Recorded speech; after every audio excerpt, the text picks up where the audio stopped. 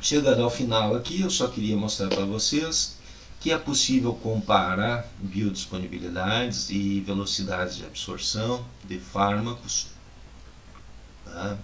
Ou de medicamentos, melhor, né? Comparando, avaliando a área sobre a curva farmacocinética deles. Então, se por exemplo aqui nós tivéssemos 3 formulações farmacêuticas para o mesmo fármaco, 3 formulações farmacêuticas com a mesma dose do mesmo fármaco, ou seja, 3 medicamentos com a mesma via, aí vamos supor via oral, né? Tem aqui uma fase de absorção, né? Contendo a mesma dose do fármaco, do mesmo fármaco. E nós teríamos aqui 3 curvas, né? Isso é um exemplo que eu estou dando, né? Onde obviamente a gente está vendo que são 3 curvas diferentes. Mas daí você pode me perguntar, mas professor, não é o mesmo fármaco? Não deveria ter as mesmas características de absorção e de velocidade de absorção? De fato não, porque particularmente no processo de absorção, né, que vai determinar aqui a altura da concentração que nós vamos chegar, a inclinação, a velocidade em que ela vai alcançar essa concentração máxima, né, de fato nós temos outras substâncias no medicamento que influenciam e determinam a velocidade de absorção e a quantidade de absorção desse fármaco, né? Portanto, o medicamento como um todo, onde nós temos o fármaco mais outras substâncias adjuvantes, e se a gente falar por via oral, né, muitos recipientes e substâncias que dão forma, dão consistência e também determinam tempos de dissolução, de fragmentação. Isso tudo vai influenciar aí na nossa curva farmacocinética, mesmo que seja para o mesmo fármaco. Então, observem, por exemplo, que nós tivemos um pico de concentração, né? Vamos chamar essa curva aqui onde está listada verticalmente, né? É a nossa curva A, pico de concentração que foi igual ao pico de concentração da curva B aqui que está em azul, né? Embaixo, a área abaixo dela. Mas a área da curva B é metade da área da curva A. No entanto, tiveram picos de ação, ou picos de concentração, desculpa, né, no mesmo tempo. Se a gente está falando que é o mesmo fármaco aqui, nós poderíamos dizer então, portanto, que a concentração máxima da formulação medicamentosa de B fez com que apenas metade da quantidade da dose, né, já que a gente está falando da mesma dose, né, alcançasse a circulação em relação à curva A. Se eu tivesse, por exemplo, que garantir que as concentrações, aqui a TC, concentrações terapêuticas, né, tivesse que garantir que essa aqui é uma média, né, da nossa janela, né, uma média, uma concentração, tivesse que garantir que alcançasse ela, a nossa curva B não alcançaria essa concentração terapêutica aqui. Então, você estaria frente a um medicamento ineficaz, mesmo que contendo a mesma dose do A, né,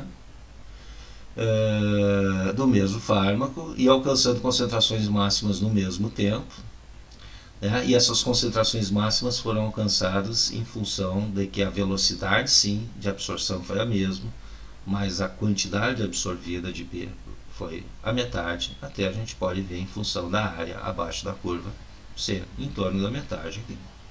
Já esse aqui, ó, em C, né, onde a gente tem a curva aqui abaixo dela, né, com as listas horizontais, em C, o autor está dizendo aqui que tem a mesma área abaixo da curva, se pode calcular, né, com cálculo integral, se tem a mesma área abaixo da curva que A, isso, portanto, quer dizer que a mesma quantidade do fármaco ficou biodisponível, mas os picos de concentrações essa está mais achatada, né, ocorreu depois e em menor nível. Então houve uma influência, uma inclinação menor, né, dessa curva C em relação à curva A taxa de absorção foi mais lenta do que a A. Então olha como tem variabilidades aqui, né? E quando a gente pensa em genérico, que você tem que produzir um medicamento, cópia fiel do medicamento referência, o qual já foi amplamente estudado, se sabe com aquela dose, naquelas condições você alcança as melhores concentrações no tempo adequado para gerar efeitos eficazes e com segurança. Se você não garantir que tanto a quantidade quanto a velocidade de absorção sejam iguais, nós vamos ter uma situação como essa, né? Onde você pode garantir que a absorção seja a mesma, mas numa velocidade diferente, ou que a velocidade seja a mesma, mas em quantidades diferentes. Né? Só para ilustrar isso, né, eu mostro aqui essa figura retirada do Heng, que mostra 4 curvas farmacocinéticas de formulações orais de digoxina, um fármaco bastante tóxico, mas também usado para doenças, arritmias, né, as quais eles são muito úteis. Né? Eu sei que a janela terapêutica da digoxina ela está entre 0,8 a 2,5 aqui, nanomoles, né, por litro. E aqui nós temos 4 formulações farmacêuticas por via oral, com a mesma dose, cujos adjuvantes e formas, né, de produção desse medicamento acabaram influenciando amplamente nas suas curvas. Isto é um exemplo de não bioequivalência. Na curva marrom e preta, até os ambos entram na janela terapêutica, mas em marrom, olha aqui, ó, se é 0,8 até 2,5, né? Nenhum ultrapassa a janela terapêutica, mas em marrom ele vai ficar aqui em torno de, ó, a partir de meia hora mais ou menos, ele entra na janela e ele 2 horas e meia depois ele sai da janela, ou seja, ele vai manter o efeito 2 horas e meia só. Tá? Enquanto que aqui nós vamos ter, ó, maior tempo, né, mantendo o efeito até em torno aqui de 4 horas, mantendo o efeito dentro da janela terapêutica. Ambos alcançam têm mais ou menos a mesma velocidade de absorção, a taxa de absorção, mas a quantidade biodisponível, obviamente, da linha preta, aqui da formulação preta, é bem maior, né, comparando a área abaixo da curva entre os dois. E esses aqui, então, nem se fala.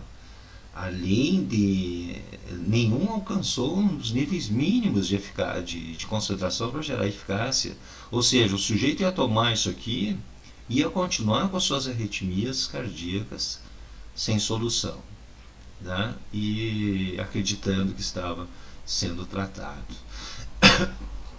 O que eu quero chamar a atenção? Eu quero chamar a atenção que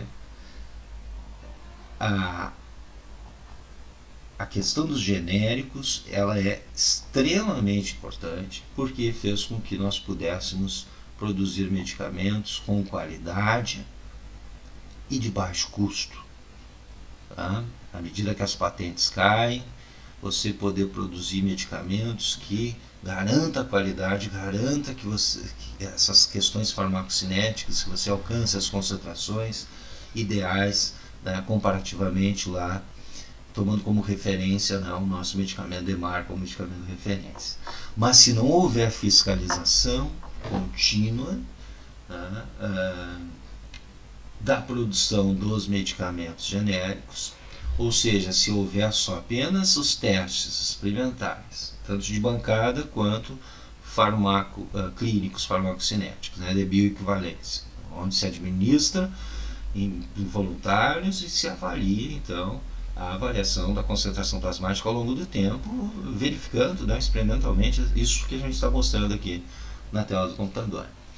Se isso não for feito apenas para o registro do medicamento e não houver uma constante monitorização do Estado e das agências responsáveis pela fiscalização, né, nós não vamos garantir então a qualidade tão desejada desses medicamentos, que podem favorecer